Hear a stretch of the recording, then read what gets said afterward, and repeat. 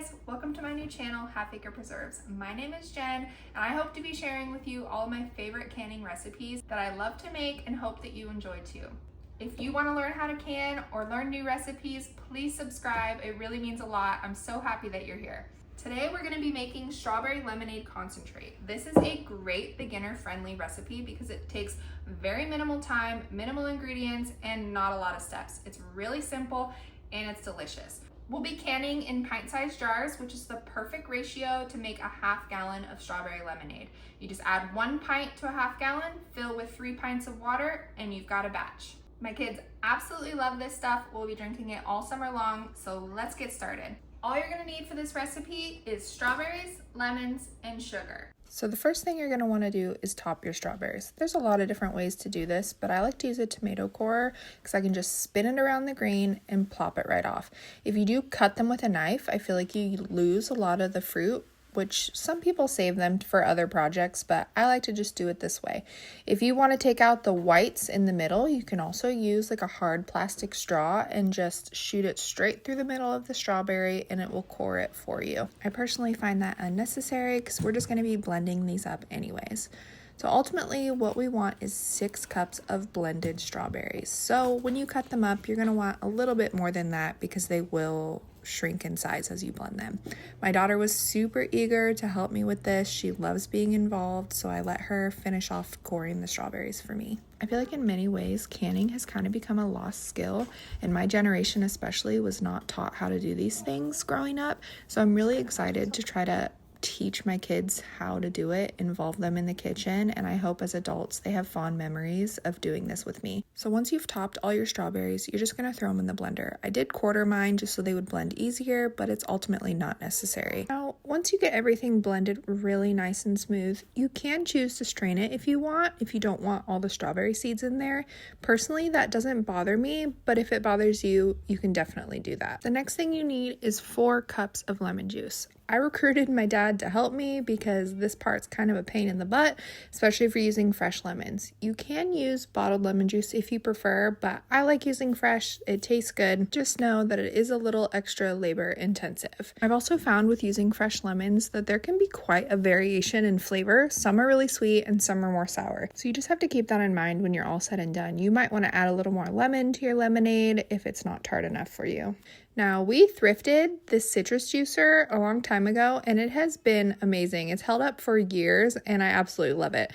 It would be nice to maybe get an electric one that does the juicing for you, but this thing works great. Now, this is where I think it's worth straining. I don't love a bunch of pulp in my lemonade, but again, this is just kind of personal preference. You don't have to do this, but I do prefer it this way. So the next thing you're going to want to do is get a large stock pot on your stove and turn it to like medium low, and you're going to add your 6 cups of strawberry puree. And the idea here is to just incorporate all the ingredients. You're going to want to dissolve your sugar, but not actually cook it, so you're not looking to boil or simmer. So you're going to add your 4 cups of lemon juice, and then I'm just using organic cane sugar that I got from Costco, and we're going to add 6 cups. I know 6 cups kind of sounds like a lot of sugar, but you have to think about the fact that this is going to end up with about 7 pints of concentrate. So that'll work out to be less than 1 cup per pint. And then, of course, when you're actually making a batch of lemonade, you're diluting your concentrate. So it's 1 pint of concentrate to 3 pints of water. So that'll reduce your sugar content per drink. So since we're going to have a hot mixture here, a hot liquid, it's important that we have hot jars. Mixing cold liquid with hot jars or hot liquid with cold jars can actually cause your jars to crack. So in this case, we want to start heating up our jars. This is a great time to do that. I just place mine in my water bath canner and I let the jars heat up as my water starts to heat up. Now, I'm going to be honest, when I first started canning about 4 or 5 years ago, this was super stressful to me. I felt like I had to keep everything super hot. I didn't want to cause any issues, and I was rushing around, sweating, trying to get everything done in time. But I swear it's really not that complicated. You don't have to worry about it too much. Just make sure there aren't any huge temperature swings and you'll be okay. All right, my mixture is hot and all the sugar is dissolved. So I'm just going to grab my jars out of the water and set them aside so that they're ready to be filled. Now, they used to tell you to actually boil your jars and sterilize them, but they've changed the rules and that's not necessary anymore. So don't super worry about everything being extremely sterile, because when you do put them back in the canner and boil them for 10 minutes or more, it's going to sterilize everything. So don't fret, everything's going to be okay. I feel like a lot of people see canning as an extremely intimidating thing. I want people to know that it's really not that hard, especially water bathing.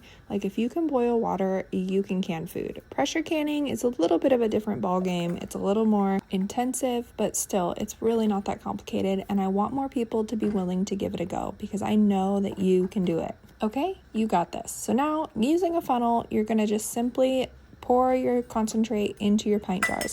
I like to leave about 1 inch headspace. I think that works perfectly. And if you're new to canning, that just means the amount of space between the top of your product and the top of your jar. So you want to leave about 1 inch there. Once your jars are all filled, you can use a debubbler or just like a chopstick works great, and just kind of spin it around and try to make sure there aren't any big bubbles in there. Because this is so thin, it's just a liquid, usually that's not a big problem. But when you're doing thicker things like jams or jellies or whatever, it is useful to get out those bubbles that are trapped in between. And then using just a paper towel with a little bit of vinegar, you want to wipe off the rims of your jars, make sure there's nothing sticky stuck on there. It's also kind of like a last chance to make sure there aren't any chips or anything in your rim, something that you missed beforehand. And that'll just help assure that you get a really good seal with your lids. And that's what makes it shelf stable for a really long time. Then once you're confident that everything is nice and clean, you can go ahead and put on the flat part of your lid. A lot of people recommend heating up your lids first so the rubber seal has a chance to kind of like soften. I've done it both ways and I've found no real differences whether I do it or don't. So most of the time now I just don't bother heating up my lids beforehand. Then you're simply just going to add your rings to fingertip tight. All right, we got those loaded up. We're going to go ahead and drop them in. I'm going to put the lid on and I'm just going to watch for a full rolling boil. Once we reach a full rolling boil, I'm just going to let them run for 10 minutes. All right, so my timer just went off. Now we're just going to turn it off, lift off the lid, and give it 5 minutes to kind of cool off slowly.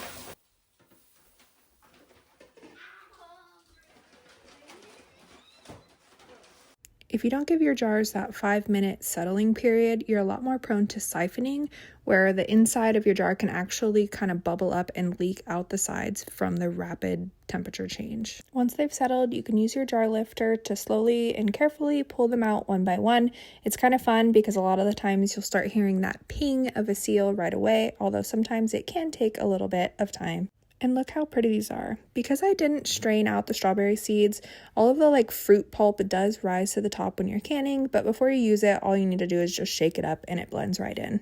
Making this strawberry lemonade concentrate is really super simple, and I urge you to give it a try, especially if you're new and want to try something easy. This entire process from start to finish only took me about an hour, and I was taking the time to film it. And now I've got 7 pints of strawberry lemonade concentrate to add to my pantry shelves. It's really that easy.